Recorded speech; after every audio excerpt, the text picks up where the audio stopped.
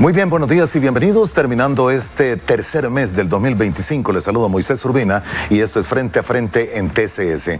Vamos a tener un singular programa esta mañana, interesante desde todo punto de vista. Hoy se desarrolla en horas de la tarde el ENADE 2025 y precisamente algunos de los ponentes que van a estar en este evento van a estar con nosotros en los próximos 70 minutos y también el presidente de la Asociación Nacional de la Empresa Privada ANEP, el ingeniero José Agustín Martínez, quien ya está aquí en el estudio, acompañado de don José Medina Mora, expresidente de Coparmex. ¿Cómo está, ingeniero? Buenos días y bienvenido. Gracias, Moisés. Siempre es un gusto estar aquí contigo y toda tu teleaudiencia. Y a usted también, bienvenido, don José. ¿Cómo está Muchas usted? Gracias. Encantado de estar aquí con ustedes. Gracias, señor. Que tenga el mejor de los días y bienvenido a este programa y al país también.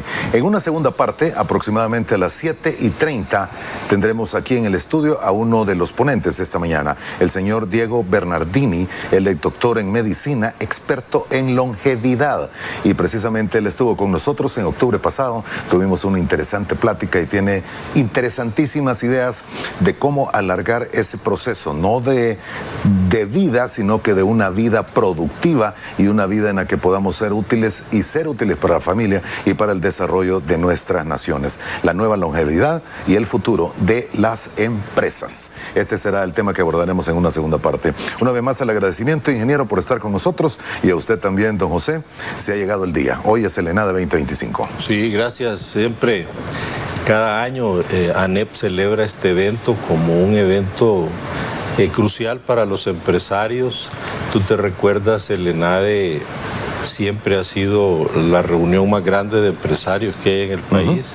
Y anteriormente era un evento orientado a hacer propuestas de política pública, pero en los últimos años hemos cambiado y hemos visto hacia adentro de las empresas y todas las dinámicas que hay en el mundo, cambios tecnológicos, temas de comercio. Tú siempre nos has recibido con bien aquí en tu programa y hemos logrado pues promoverlo de manera que llega prácticamente una buena parte del empresariado salvadoreño.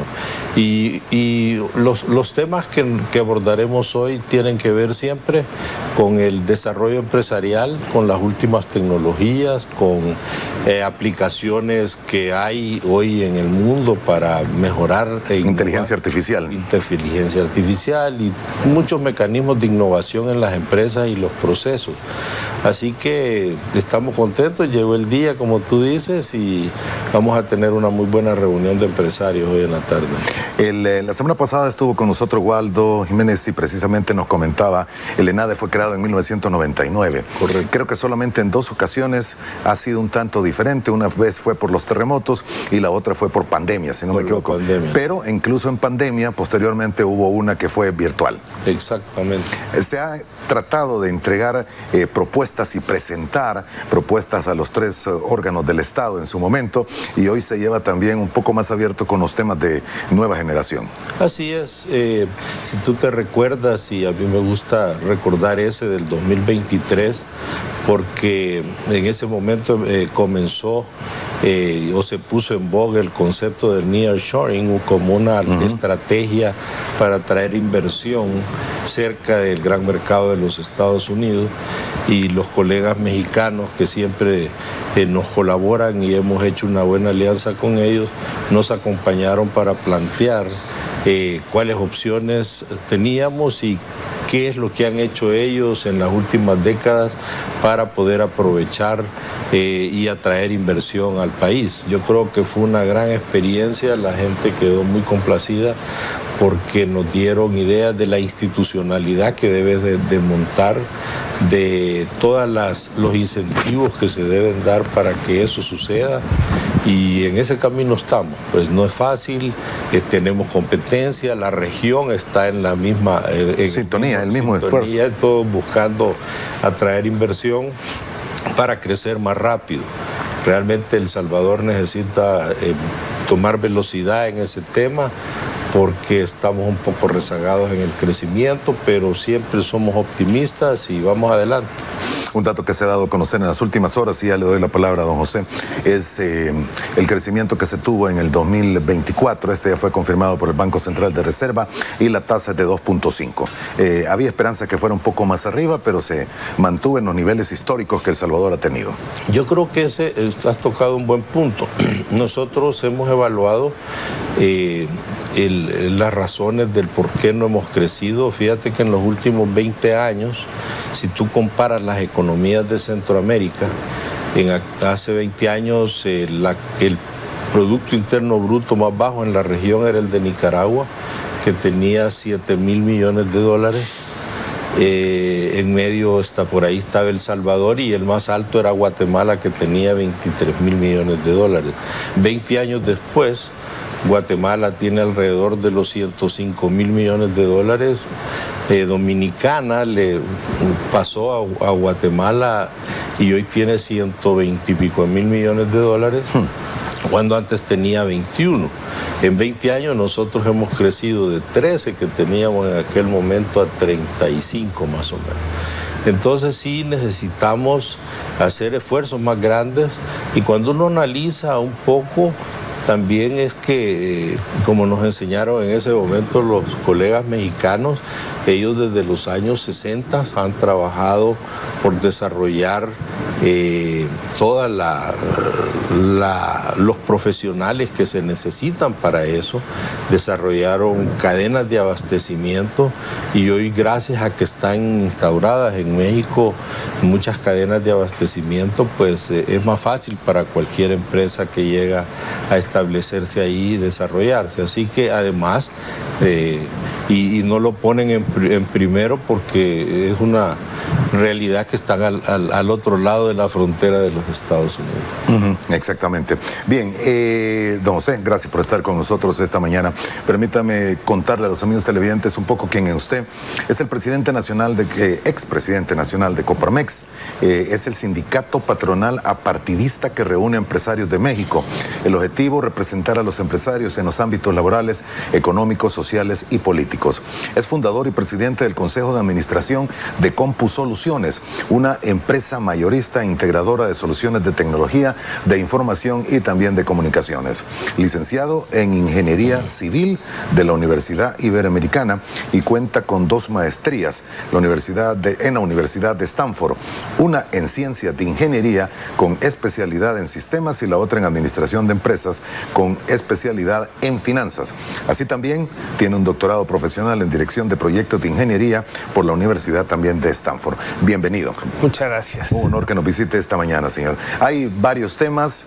El ENADE es el principal encuentro de la empresa privada en el país, y usted es precisamente una de las figuras emblemáticas que acompaña este día, este evento. ¿Hay alguna experiencia, mensaje inicial que pudiera dar para los empresarios que van a compartir con usted en la tarde y que nos están viendo en este momento?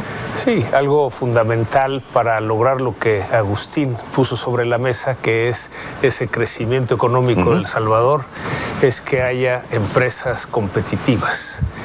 Y 2 elementos fundamentales para la competitividad de la empresa son la innovación y la transformación digital. Y sobre eso vamos a hablar, cómo una empresa tiene que apostarle a la innovación y así encontrar la ventaja competitiva, pero también cómo puede usar la tecnología para ser más productivo. Entonces, la productividad nos ayuda a ser más competitivos cada empresa, como gremio empresarial y como país. Y ese es el enfoque, de alguna manera, que este evento del ENADE ayuda a las empresas a entender qué es el camino que tienen que seguir. Desde luego, en la transformación digital, que no es otra cosa sino el uso de la tecnología, el uso de las computadoras, el cómo van entrando las nuevas tecnologías, el cómputo en la nube, el Internet de las cosas, el blockchain, el Big Data y la inteligencia artificial, que ahora pues se habla mucho. Es el tema de moda. Es tema de moda, pero además es algo que ya está sucediendo, y no nada más para las empresas, sino en realidad para todas las personas. Hay varias olas, aprovechando que estamos en El Salvador, haremos esa analogía de que la inteligencia artificial son varias olas que hay que saber surfear, y ha estado presente desde hace muchos años. Las primeras vistas de la inteligencia artificial eran pues reglas que permitían, y esto es algo que apoyó mucho en su momento, impulsó Stanford, reglas para que se supiera qué medicamento dar en caso de una bacteria, por ejemplo, ¿no? Simplemente al seguir ciertas reglas, ciertos patrones, se va aprendiendo cuál es el medicamento adecuado. Una segunda ola es la inteligencia artificial analógica, de análisis, en donde, por ejemplo, cuando uno ve una serie en estas plataformas de streaming, la plataforma aprende qué es lo que nos gusta. Sí, qué es lo que uno está viendo. Qué es lo que uno está viendo y nos sugiere qué ver. Eso es inteligencia artificial, es esa segunda ola. Hay una tercera ola que tiene que ver con la inteligencia artificial cognitiva. Es decir, cognitiva. Ajá. Le podemos enseñar a partir de millones de imágenes a reconocer personas, automóviles, semáforos, perros, distintos animales. Wow.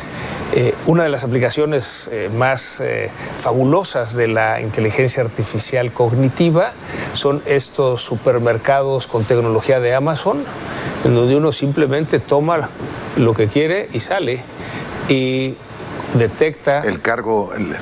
Hay una detección magnética de qué es lo que lleva, el cargo se le hace a la tarjeta. Cargo automático. Esa es inteligencia artificial cognitiva, ya existe.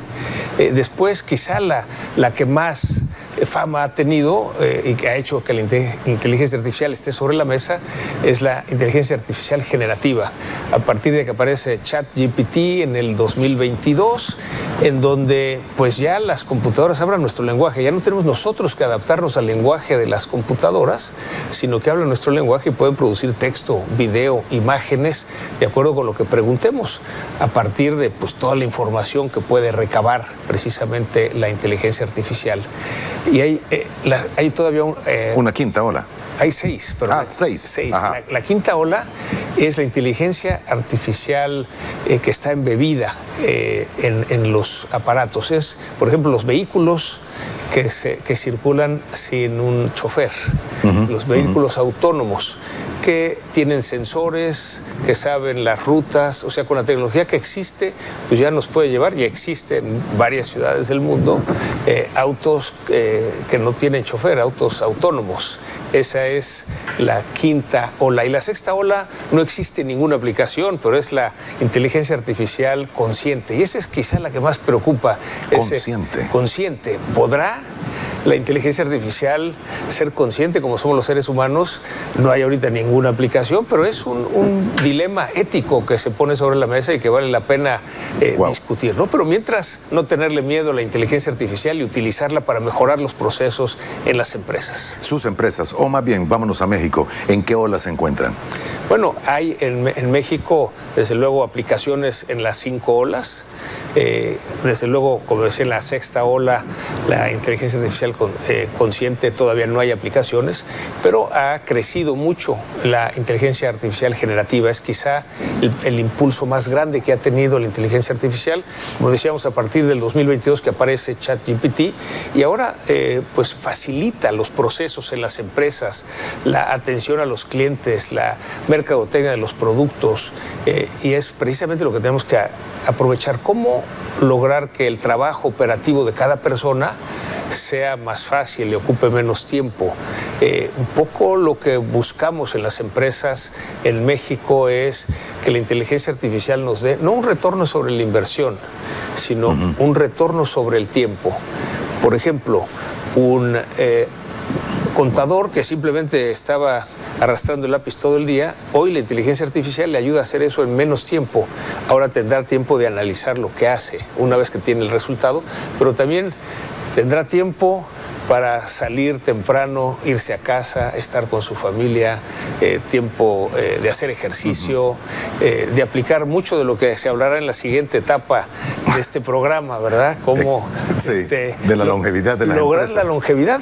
La inteligencia artificial nos dará tiempo para aplicar lo que requerimos para esa longevidad. Usted me dice la sexta ola y temores, y tiene razón, hay muchos temores de hasta dónde puede llegar, pero quedémonos en las primeras 5.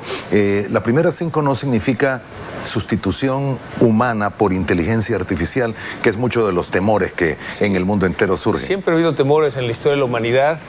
Fue un temor similar cuando aparecen las computadoras. Claro. La gente decía, me voy a quedar sin trabajo, ¿por qué lo va a hacer la computadora? Lo que no se tomaba en cuenta es que tenía que haber una persona detrás de la computadora.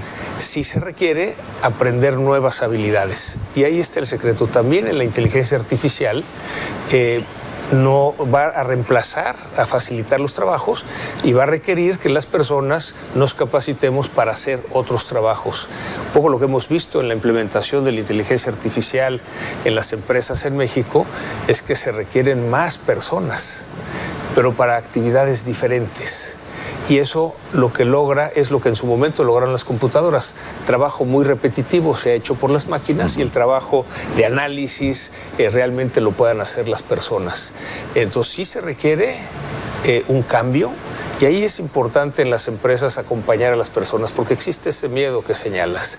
Ya la inteligencia artificial me va a reemplazar, ¿y qué voy a hacer?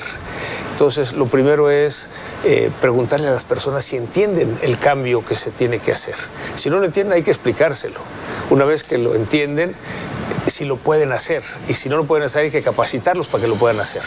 Y finalmente, si lo quieren hacer, ¿no? Porque siempre hay esa resistencia al cambio. Los seres humanos no nos gusta el cambio, nos acomodamos a cómo hacemos las actividades y sí se requiere por el bien de la persona, el bien de la empresa y el bien finalmente de la comunidad y del país.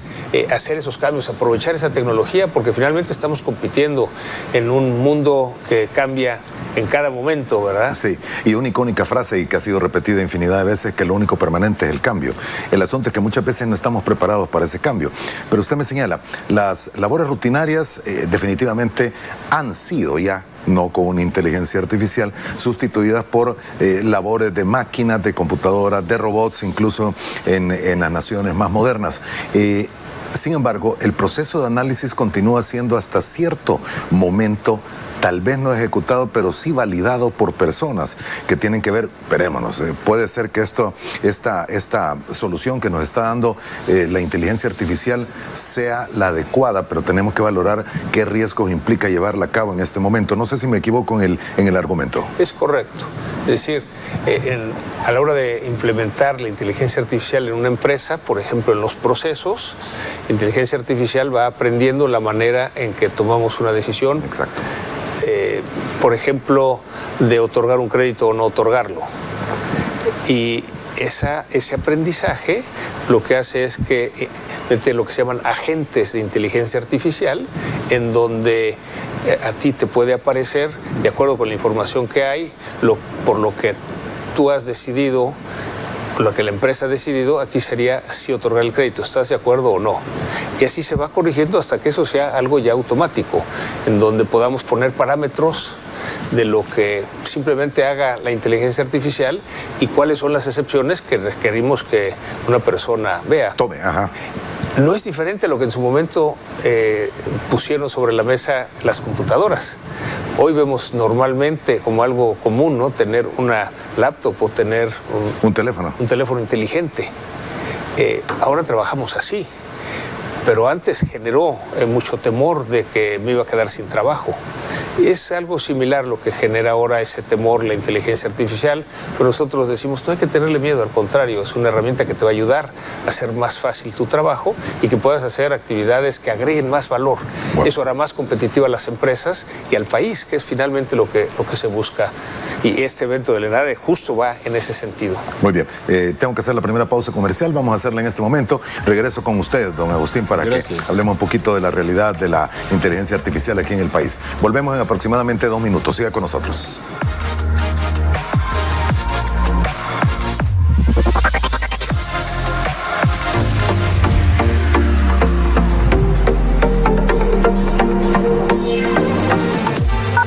Haz tu propio bello verano. Llévate hasta un 30% de descuento. La Curazao, para vivir mejor. Regresamos. Tal vez ahora nos parezca normal vivir sin miedo, con paz y libertad. Quizá ya nos acostumbramos a escuchar que El Salvador es el país más seguro del continente. Hace 3 años empezamos a cumplir lo que por décadas fue impensable. Gracias a Dios, nuestro país se ha transformado en mucho más de lo que imaginábamos. Pero no hay que olvidar que el régimen de excepción ha sido clave para lograrlo.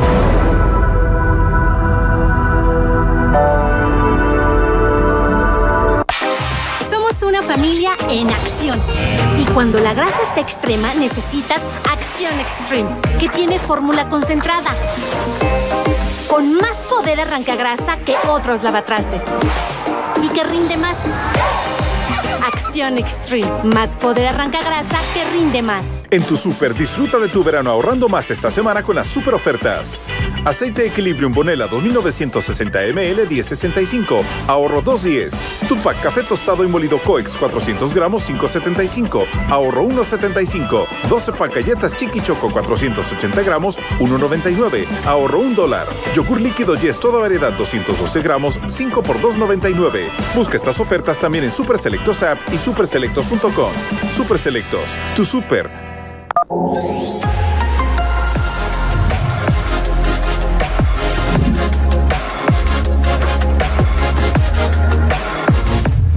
Frente a frente.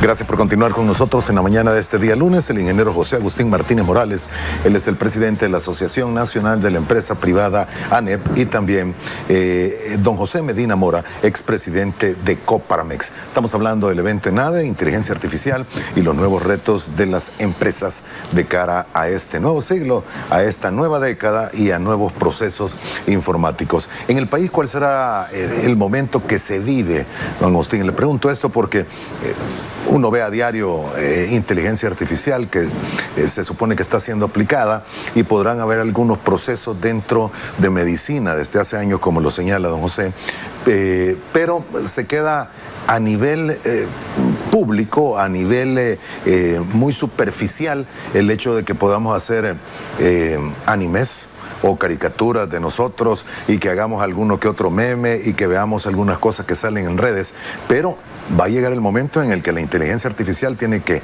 ocupar una posición preponderante dentro de las empresas para la toma de decisiones. Claro, y de eso se trata el ENADE hoy, y al final de todo el evento pues va a haber una conferencia de José donde nos va a hablar de esas aplicaciones que las empresas deben de montar en sus procesos para utilizarla mejor.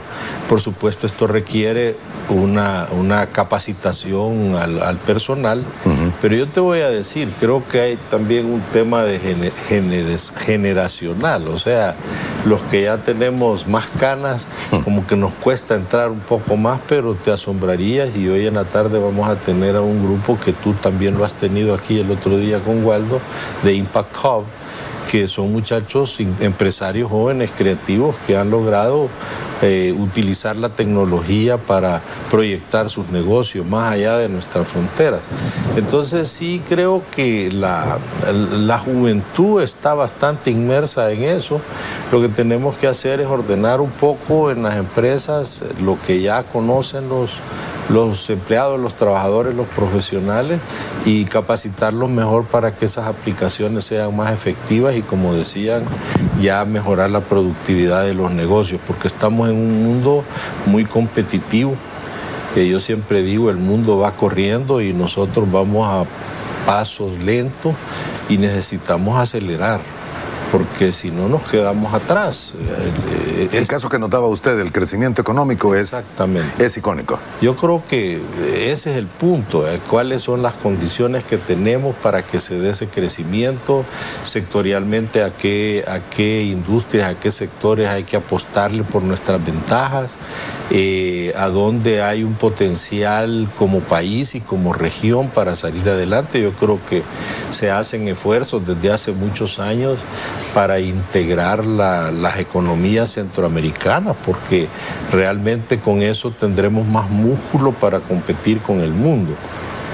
Yo pongo de ejemplo siempre el esfuerzo que se hizo como sector privado, el gobierno de aquel momento, para negociar un tratado de libre comercio con México, un tratado de libre comercio con Estados Unidos, donde pasamos 2-3 años trabajando, equipos técnicos, abogados, equipos de empresarios, trabajando con las autoridades para llegar a culminar un proceso que fue duro para algunos, pero ventajoso para otros, y para el país ahorita ese mecanismo pues nos genera el 40 o casi 40 y pico % de nuestras exportaciones, lo cual indica que cuando trabajamos juntos todos, cuando nos sumergimos en un proyecto de país todos, con voluntad política, el país puede salir adelante.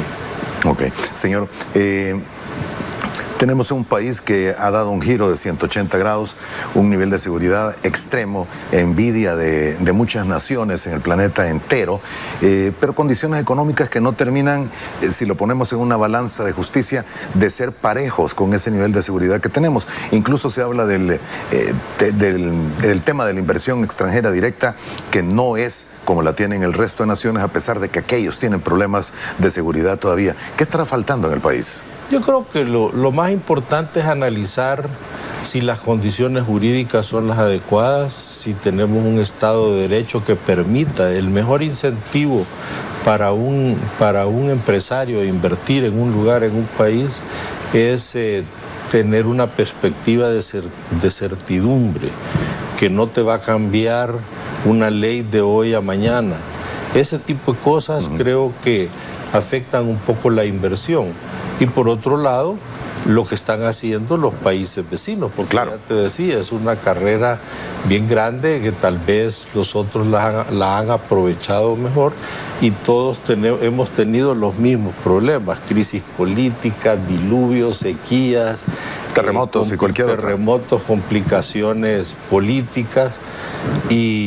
Pero ¿a dónde está la diferencia? Yo creo que en gran medida está en los procesos educativos. Tenemos que apostarle mucho a la educación desde la base, porque tenemos ejemplos que se están haciendo esfuerzos desde la academia.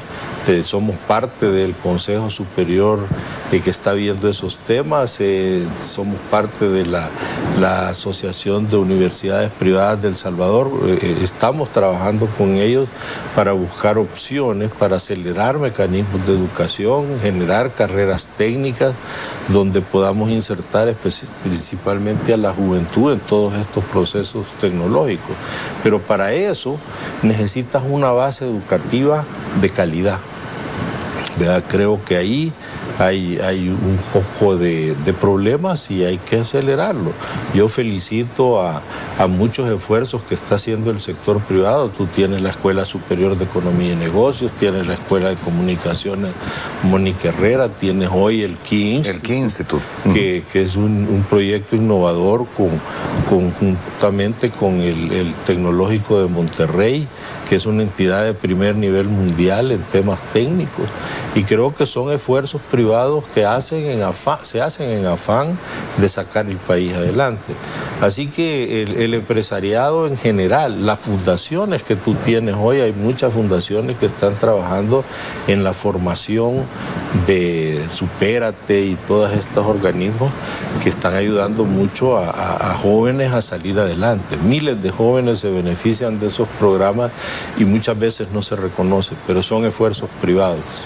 Ha quedado atrás aquel momento en el que el nivel de inglés más debe superarse en el país ya no es solamente el nivel de inglés. Tenemos que tener un nivel educativo para poder competir con el resto de países de la región. Exactamente, eso es prioridad, y ya no solo el inglés, o sea, El Salvador, más idioma. El otro día me decía un muchacho con el que estábamos platicando, hablando yo un poco de la participación de ellos en grupos de gremios, en clubes de servicio, que hacen beneficio a la comunidad.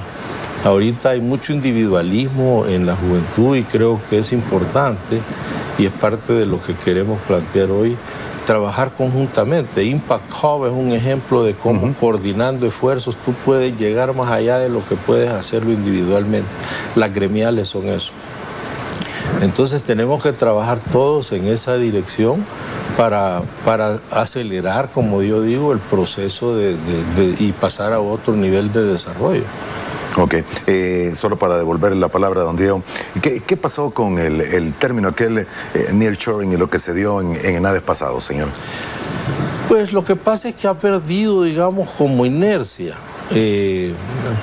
Se está haciendo el esfuerzo para traer inversiones, tal vez no es suficiente, y creo que hay condiciones que México, como yo decía, nos lleva una ventaja por el trabajo previo que hicieron, ¿verdad? Creo que las empresas de cierto calibre, que era digamos, si podemos ponerlo en términos de calibre, de tamaño de empresa, van a apostarse en un lugar más conveniente por recursos, por proximidad a los mercados, pero más allá porque hay tecnología, porque hay profesionales que tú puedas demandar ahí ya preparados, y en eso tenemos que trabajar. Por ejemplo, nosotros con los colegas mexicanos hemos hablado de que El Salvador probablemente no pueda atraer inversiones más allá de lo que se está haciendo y de mediano tamaño, pero que sí podemos trabajar para insertarnos en las cadenas de abastecimiento de las industrias que se están apostando en otros países, incluso de la región. Guatemala está haciendo un esfuerzo bastante grande en eso, hay mucha inversión extranjera que ya supera 3 veces lo que nosotros hemos logrado de crecimiento en 20 años. Es una economía no solo por su población, que es mayor, casi 3 veces más que El Salvador, pero la economía también ha crecido 3 veces más que lo que hemos logrado nosotros. Ok, muy bien. Déjeme preguntarle, porque no puedo dejarlo ir sin preguntarle cuál es el momento que vive la República Mexicana con los cambios que ha habido en administración, con la administración Trump en los Estados Unidos. Sí, bueno, la administración Trump ha cambiado las condiciones geopolíticas, no nada más para México, sino para todo el mundo. Desde luego, para México, dentro del Tratado de Libre Comercio, el TEMEC, que ha sido fundamental en el desarrollo del país. Cuando se estaba negociando el primer tratado, el Telecán, el NAFTA, el empresariado mexicano teníamos temor, porque veníamos de una economía cerrada. Pensábamos que al abrir la economía...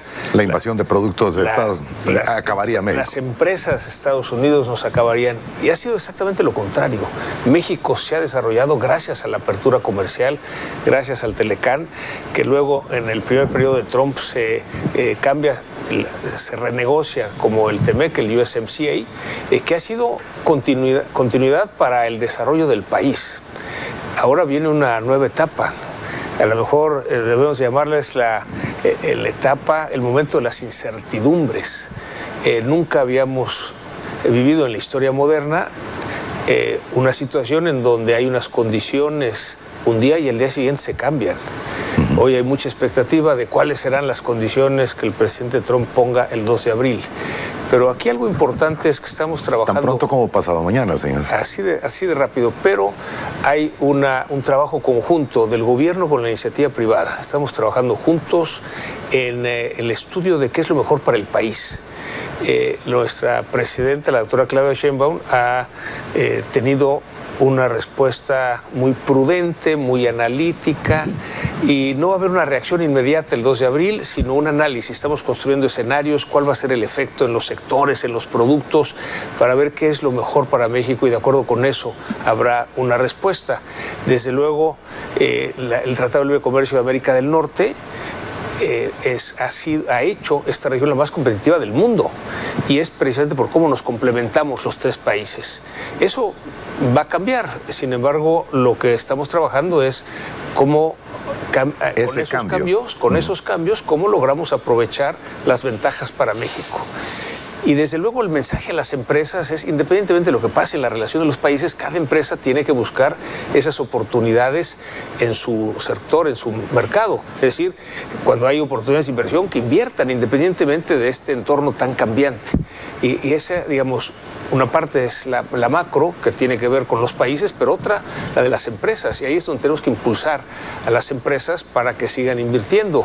Y complementando, si me permite, lo que decía Agustín, que es muy importante, las empresas extranjeras que quieren venir a invertir a México nos piden 5 elementos. El primero es seguridad, desde luego, pero el segundo, y lo menciona con mucha claridad Agustín, es la certeza jurídica para la inversión. El tercer elemento es que haya energía limpia y agua suficientes. El cuarto, que haya infraestructura. Y el quinto, que haya talento, que también lo comenta Agustín, es decir, no con que se resuelva una de las 5 va a llegar la inversión. Tenemos que trabajar en las 5. En las 5. Y entonces va a llegar la inversión. En México, el año pasado llegaron 38,000 millones de dólares. Es una inversión importante. Esa fue la inversión extranjera directa. Inversión extranjera directa. 38,000. 38,000. Sin embargo, el potencial eran 65,000. Quiere decir, dejamos de tener inversión extranjera directa porque tenemos elementos de inseguridad, tenemos elementos de falta de certeza jurídica con reformas constitucionales, tenemos elementos de falta de agua, una mala gestión del agua, tenemos elementos de incertidumbre por, el talento, hasta eso, en esa parte estamos preparados, hay suficiente talento para la inversión que llegue, pero sí en la infraestructura tenemos que invertir más. Entonces, estamos en ese diálogo y en la colaboración, el gobierno e iniciativa privada. Los países que han tenido éxito, todos han tenido esta colaboración entre el gobierno y el sector empresarial, la iniciativa privada. Son funciones diferentes, pero complementarias. Cada quien tenemos que hacer nuestro trabajo, pero en esa colaboración es como los países logran precisamente destacar y lograr esa ventaja competitiva. El tema de que muchos quisieran soluciones inmediatas y no son inmediatas. El tema de educación, infraestructura, energía limpia, que se cuente con agua, la certeza jurídica y todo, podrán haber medidas que se tomen por decreto para ser inmediatas, pero hay otras que requieren su tiempo. Y todos los países asiáticos, sobre todo los que han tenido éxito, han pasado años y años con un norte definido. Sí, por eso es importante empezar ya en cada uno de esos Deberíamos de haber empezado ya mucho antes. Bueno, de haber empezado antes estaríamos en una situación diferente. Latinoamérica como región y cada uno de los países, pero nunca es tarde. Van cambiando las situaciones y se van abriendo oportunidades, se van rompiendo barreras de entrada. La tecnología ha permitido romper esas barreras de entrada. Antes se requerían empresas muy grandes. Ahora ya una empresa pequeña, una startup, puede entrar al mercado y lograr esa ventaja competitiva. Qué bueno, y vamos a conocer un poco más de todas estas ideas, los planteamientos en horas de esta tarde en el evento. Llamado e invitación final, don Agustín. Pues no, es un llamado que hacemos a todos los empresarios y profesionales que se interesen en estos temas. Creo que va a ser una tarde muy nutritiva de conocimiento, así que los esperamos. Primero Dios, por ahí nos vemos esta tarde, señor. Gracias por haber estado con nosotros. Gracias, gracias por habernos acompañado. El ingeniero José Agustín Martínez Morales, presidente de la Asociación Nacional de la Empresa Privada ANEP. Bueno, yo le dije don José, el doctor José Medina Mora, expresidente de Coparmex, ha estado con nosotros. Ha sido un honor y un placer haberlo conocido, señor. Gracias por habernos acompañado. Que tenga el mejor de los días. Hacemos una pausa, prepare su café, tome asiento. Vamos a hablar de longevidad y el futuro de las empresas. Los próximos 30 minutos con nosotros aquí en el estudio, Diego Bernardini, doctor en medicina y experto en longevidad. Ya volvemos.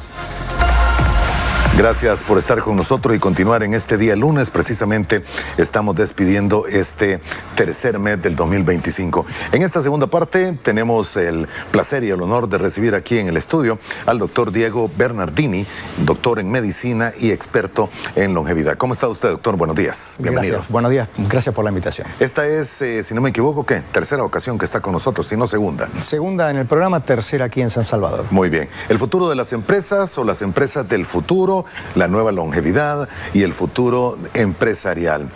¿Quién es Diego Bernardini? Es un académico, investigador, consultor estratégico, conferencista internacional y divulgador en salud y bienestar de los adultos y personas. Médico de familia y kinesiólogo por la Universidad de Buenos Aires, máster en gerontología y doctor en medicina.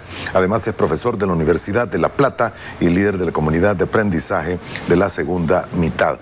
No leo lo demás porque nos pasamos leyendo el currículum todo el programa. No hace falta. Es extenso y largo. Gracias por acompañarnos esta mañana. Mensaje principal después de lo que hemos escuchado de don José y don Agustín, ¿cuál sería para comenzar, doctor? La sociedad se está transformando, estamos en un siglo del conocimiento, estamos en un siglo de la comunicación, de la conexión, tenemos tendencias muy claras. Recién el doctor José Moreno hablaba de estas olas de la inteligencia artificial que van a ir acompañadas de unas olas de transformación social. Hoy sabemos que, por ejemplo, aquí en El Salvador, una población de 6 millones de habitantes, para fin de este siglo va a llegar, y esto no lo dice Diego Bernardini, lo dice la Universidad de Washington, Estados Unidos, si siguen las tendencias demográficas, a 1,5 millones. Entonces, claramente esta reducción que ya comenzó en El Salvador en relación a la población va a transformar todos los ámbitos sociales de nuestra vida, desde la educación, desde la empresa, desde la sociedad. Bueno, claramente hoy tenemos el diario del lunes y me parece que no hay nada mejor o no hay mejor idea que verlo, considerarlo y en función de eso planificar las décadas siguientes. Ok.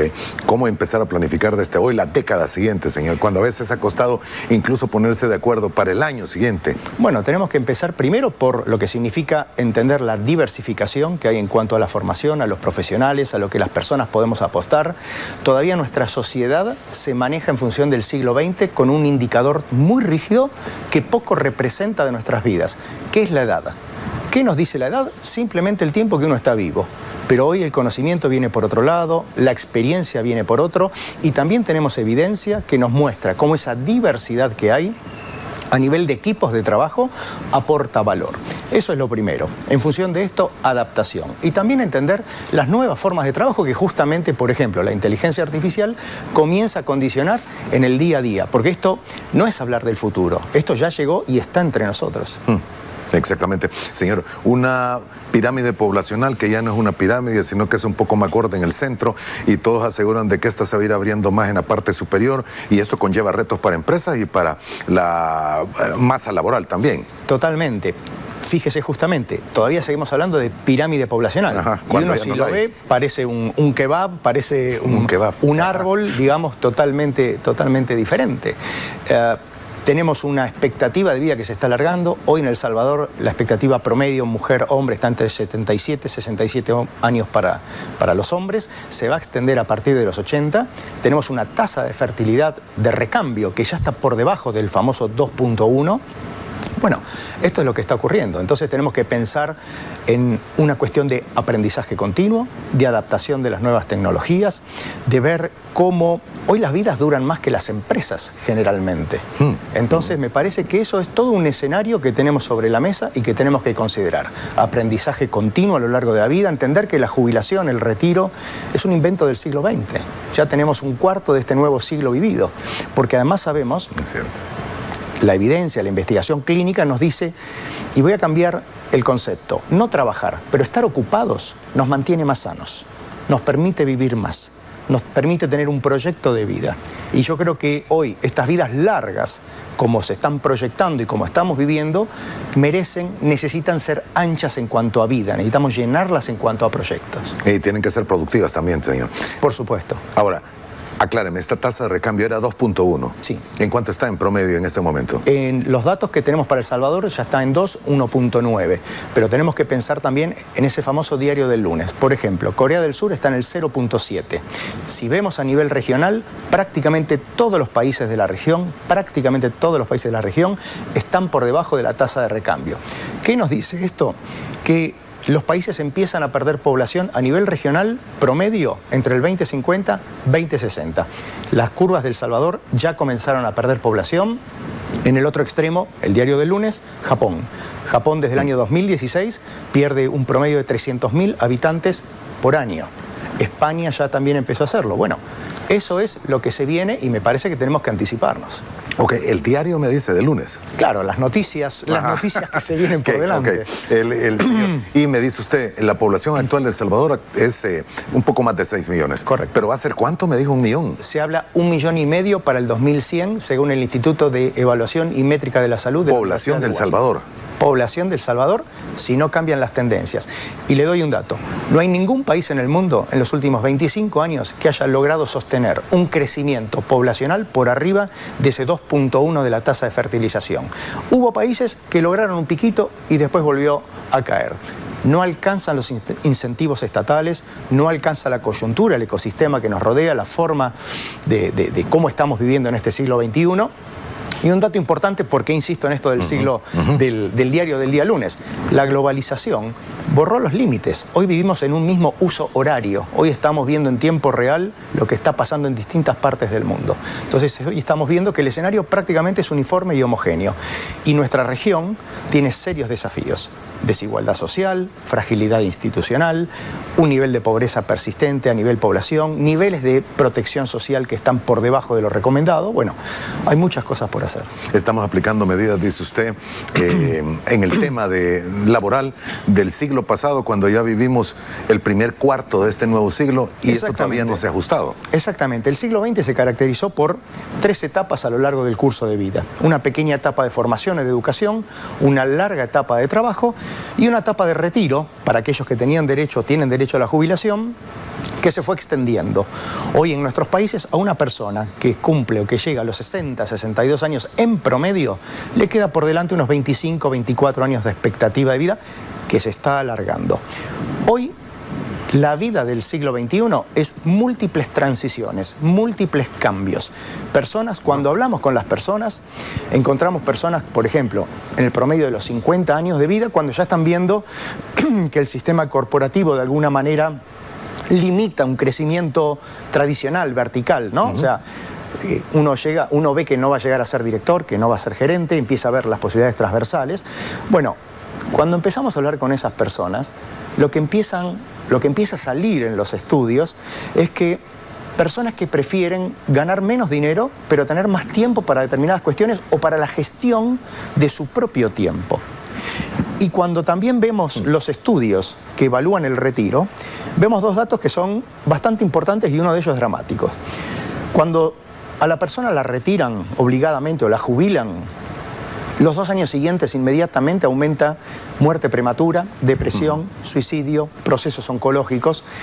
¿Y qué es lo que estamos viendo también? Que cuando se les pregunta a esas personas, no quieren que ese retiro sea como una ducha, que de repente uno está con agua caliente y viene alguien, la mueve y pone agua fría. Uno termina el viernes siendo el director o el gerente de división o de empresa, el CEO, y el lunes es don Juan, don Pepe, el jubilado.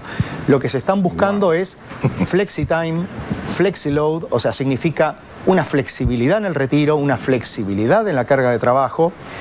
Otra de las utopías que justamente hablábamos antes, ¿no? Si la inteligencia artificial va a reemplazar el talento humano. Bueno, lo mismo pasa con esto. Las personas mayores, los colaboradores seniors, no le van a quitar trabajo a las personas más jóvenes. Esto ya un premio Nobel de Economía hace muchos años lo dijo. El espacio de trabajo, los cupos de trabajo no es una variable fija. Entonces, tenemos que empezar a pensar. Hace un ratito, Moisés, usted hablaba de productividad, ¿no? Que viene muy de la mano del siglo XX. Hoy tenemos que hablar de vigencia. Y la vigencia es la capacidad que tenemos las personas de aportar independientemente de la edad que tengamos.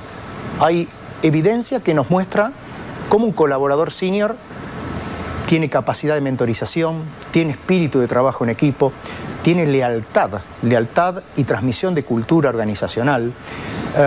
No va a querer trabajar 10 o 8 horas como se trabajaba de joven, pero va a querer aportar. Bueno, toda esa transición de vida tenemos que empezar a implementarla porque hoy no nos estamos preparando para eso y sabemos que tiene impacto en nuestra salud.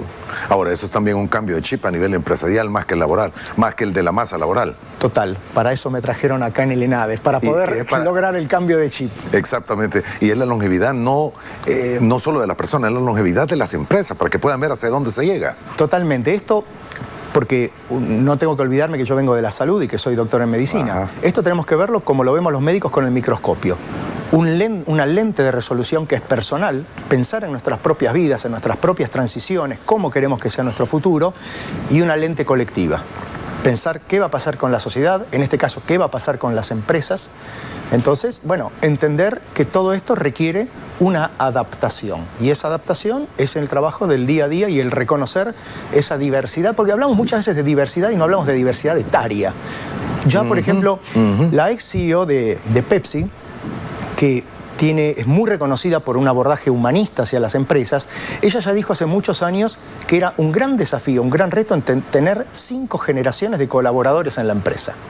El CEO de Nestlé, hace 6 meses atrás, dijo: estamos teniendo menos hijos en la sociedad, siempre apuntamos nuestros productos a la infancia, hoy tenemos que apuntar ¿qué nos va a pasar a nosotros? A la suplementación de las personas mayores, de los adultos y personas mayores. La industria de la farma, que históricamente produjo vacunas a nivel pediátrico, hoy está apuntando a las personas adultas y personas mayores, porque todos queremos vivir más, pero queremos vivir bien. Acá no se trata de llegar a los 100 años si vamos a estar en una silla de ruedas, en una residencia o sin reconocer a nuestros hijos y a nuestros afectos. ¿Cuál es el punto y cómo queda aquel pensamiento que se tenía? Y creo que es más del siglo pasado que actual, pero todavía se da en algunas naciones y en algunos puntos del planeta. Cumpliste la edad de jubilación, gracias por tu tiempo, que te vaya muy bien, porque podemos, internamente se puede decir, podemos sustituir a esta persona hasta con 5 por el sueldo que tiene de tantos años que pasó en esta empresa. Yo creo que tenemos que hablar con ese colaborador, tenemos que pensar qué posibilidad tenemos de justamente esto, de flexibilizar ese retiro, pero también uno como persona debería pensar qué me estoy perdiendo de todo ese capital humano.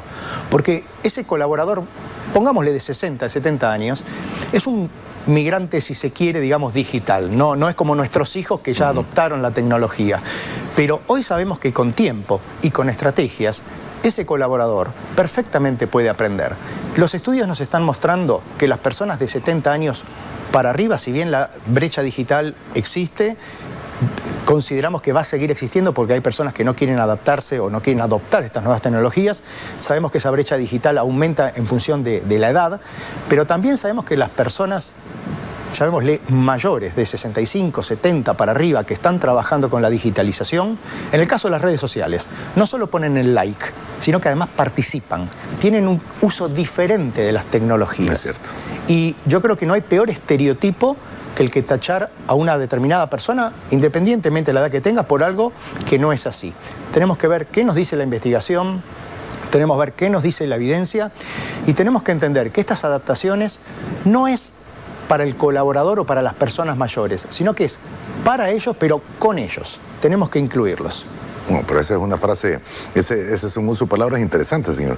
No es para ellos, sino que es con ellos. Es lo que suele pasar en la política pública, la mirada del helicóptero, del stakeholder, del decisor, ¿no? Y yo creo que una política que no incluye, sea política corporativa, política estatal o educativa, que no involucra a la persona mayor como protagonista, primero que nos perdemos la capacidad de diagnóstico, y los médicos de eso sabemos mucho, pero segundo, que nos perdemos de personas que van a escalar de alguna manera nuestra iniciativa, que la van a difundir y que van a ser el propio ejemplo.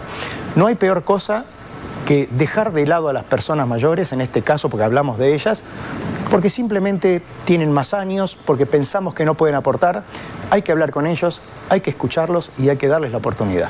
Muy bien, tengo que hacer la última pausa, vamos a hacerla en este momento, volvemos en aproximadamente 3 minutos. Sigue con nosotros.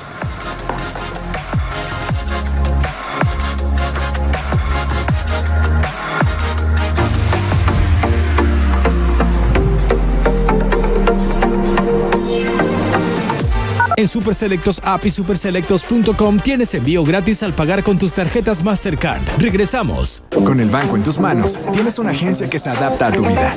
En un día de playa, con tu agencia Torres, abres así de tranqui tu cuenta digital. En la agencia Melgar, pagas tus facturas viendo tu serie favorita. Shh, sin spoilers.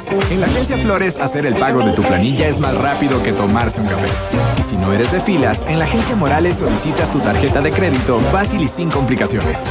Con los productos digitales de BAC, reimaginamos la banca para que decidas cómo hacer el banco sin dejar de hacer tu vida. En tu Super disfruta de tu verano ahorrando más hoy con las super ofertas. Tupac gaseosa con la champán 3 litros 2.25. Six-pack Néctar del Monte 200 ml 1.70, ahorro 41 centavos. Bebida Premium Salud toda variedad 900 ml 2 por 1.90. Bebida energizante Monster Energy toda variedad lata 473 ml 2 por 3.60. Aplica también en Super Selectos App y superselectos.com. Super Selectos, tu super.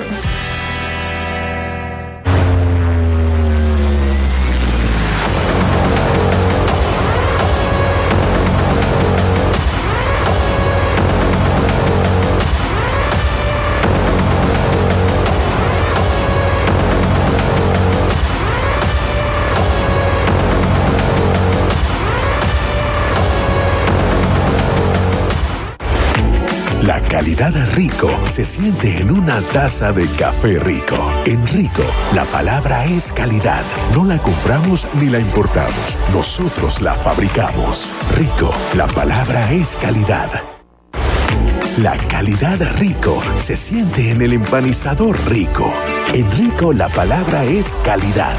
No la compramos ni la importamos. Nosotros la fabricamos. Rico, la palabra es calidad. Tal vez ahora nos parezca normal vivir sin miedo, con paz y libertad. Quizá ya nos acostumbramos a escuchar que El Salvador es el país más seguro del continente. Hace 3 años empezamos a cumplir lo que por décadas fue impensable. Gracias a Dios, nuestro país se ha transformado en mucho más de lo que imaginábamos. No hay que olvidar que el régimen de excepción ha sido clave para lograrlo.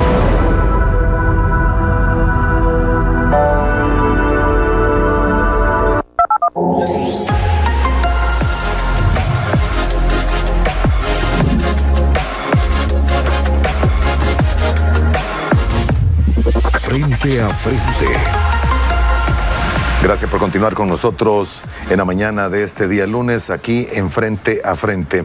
Nos acompaña el doctor, precisamente, que va a ser uno de los principales ponentes esta misma tarde. El doctor Diego Bernardini, doctor en medicina, experto en longevidad.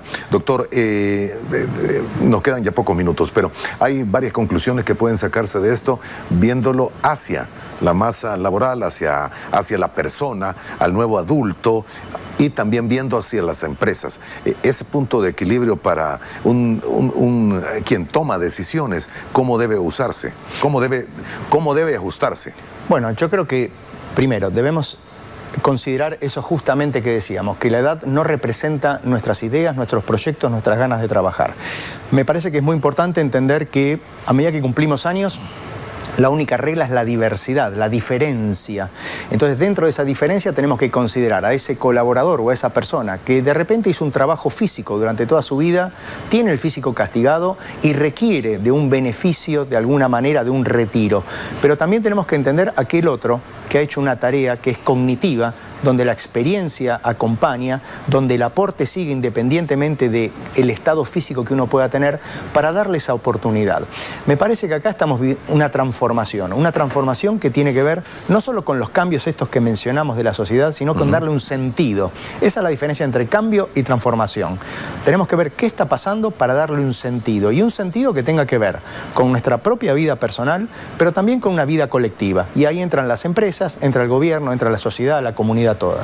La tasa de recambio tiene preocupados a varios amigos televidentes. Ya le voy a preguntar algo específicamente de lo que ellos consultan, pero no es caso específico de Latinoamérica o de El Salvador, es caso mundial. Sí, ese es un tema global. Es un tema global. De hecho, hay un estudio muy interesante que se publicó hace unos 7 meses atrás en una de las revistas más prestigiosas de salud, el Lancet, que mostraba que al año 2100 solamente va a haber 2 países de los casi 200 que tomó este estudio en referencia a nivel global que van a estar por arriba de esa tasa de recambio.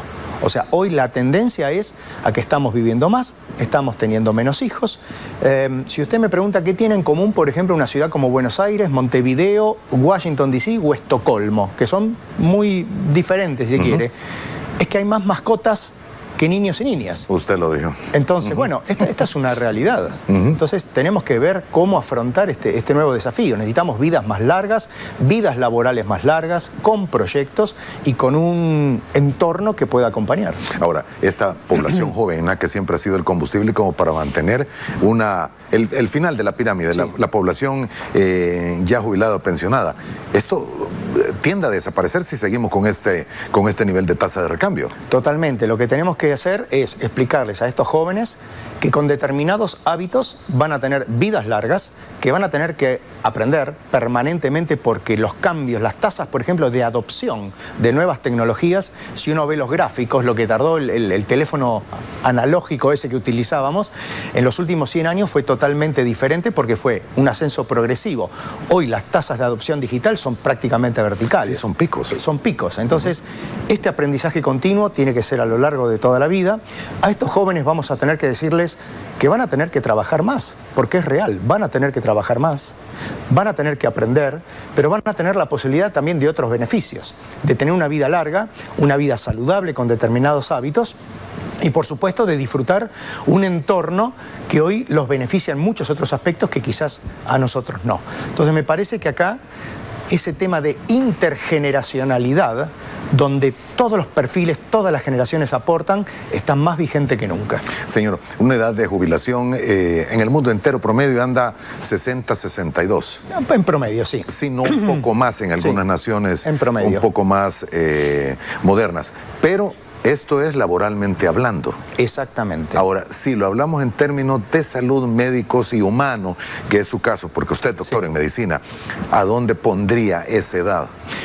Los estudios de hoy nos están mostrando que las personas desean seguir ocupadas, seguir trabajando hasta los 70-72 años. Wow. Eso es lo que dicen ellos. Los motivos son múltiples.